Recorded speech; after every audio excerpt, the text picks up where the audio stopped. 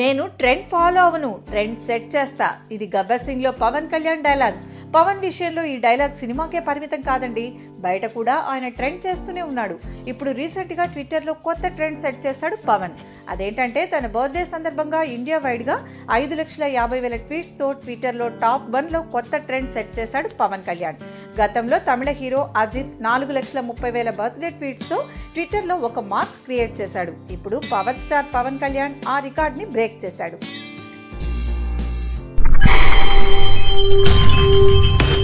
Thank you.